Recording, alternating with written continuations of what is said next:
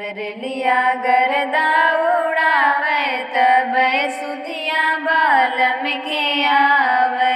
जबरलिया गरदा उड़ावे तब सुधिया बालम के आवे।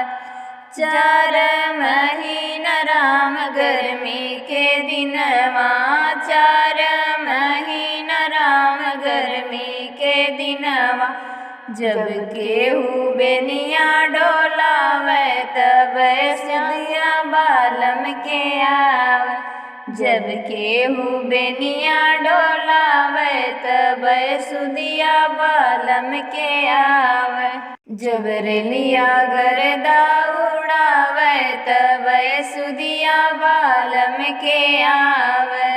जबरलिया गरदा उड़ावे तब सुधिया बालम के आवे।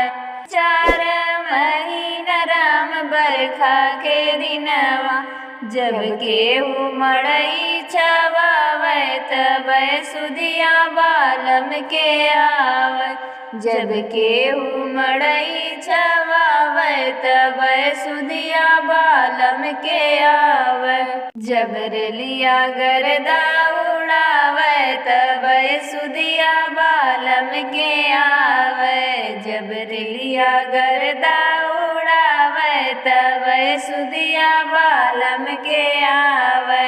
4 महीना राम जाड़ा के दिनवा, 4 महीना राम जाड़ा के दिनवा।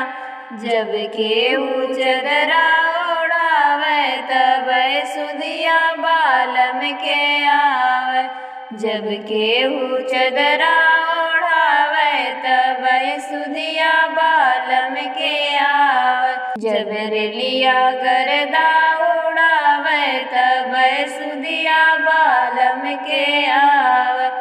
जबरलिया गरदा उड़ावे तब सुधिया बालम के आवे।